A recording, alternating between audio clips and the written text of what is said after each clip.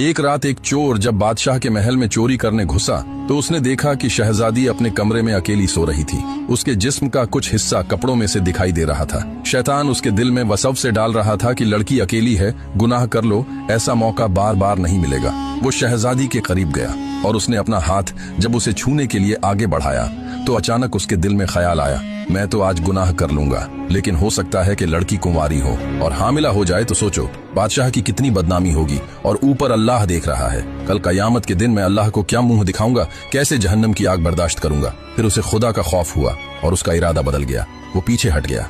फिर जब कमरे से बाहर निकलने लगा तो उसने देखा कि टेबल पर शहजादी के खाने के लिए एक प्लेट हलवे से भरी पड़ी है। उसने सोचा कि गुनाह से खुद को रोक लिया, कम से कम ये हलवा तो खा ही लेता हूँ। फिर जब उसने अपना हाथ डालकर उस हलवे की प्लेट में से निवाला बनाया तो उसके दिल में फिर ख्याल आया कि ये हलवा तो मैं अभी खा लूंगा, लेकिन सोचो कल गरीब नौकरों का क्या हाल होगा।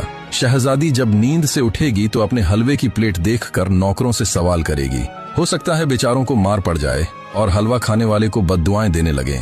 फिर चोर ने वो हलवा भी नहीं खाया। वो चोरी करने के इरादे से आया था, उसके दिल में खुदा का खौफ आ गया था। उसने चोरी भी नहीं की। फिर जब महल से बाहर निकला तो फज्र का वक्त हो चुका था। बादशाह के पहरेदार सिपाही उठ चुके थे। सिपाहियों को सामने आता देखकर चोर डर गया। सोचने लगा, मैंने कुछ भी नहीं किया, मुझे कुछ हासिल भी नहीं हुआ, अगर पकड़ा गया तो बेगुनाह फांसी पर लटका दिया जाऊंगा। फिर वो कांपते हुए आसमान की तरफ देखकर कहने लगा, या अल्लाह मेरी मदद कर, देख मैंने आज तेरी नाफरमानी नहीं की, मैं बेकसूर हूँ। अल्लाह पाक ने फौरन उसके दिल में एक बात डाल दी। उसे एकदम एक तरकीब सूझ गई। पास में मस्जिद थी, जाकर वहाँ बैठ जाता हूँ। सिपाही देखेंगे तो सोचेंगे कोई मुसाफिर है, मस्जिद में ठहरा हुआ है, उन्हें शक नहीं होगा। वो फौरन मस्जिद पहुंचा, सुकून की सांस ली। सोचा मालिक ने वक़्त पर बचा लिया, क्यों न आज शुक्र अदा करूं।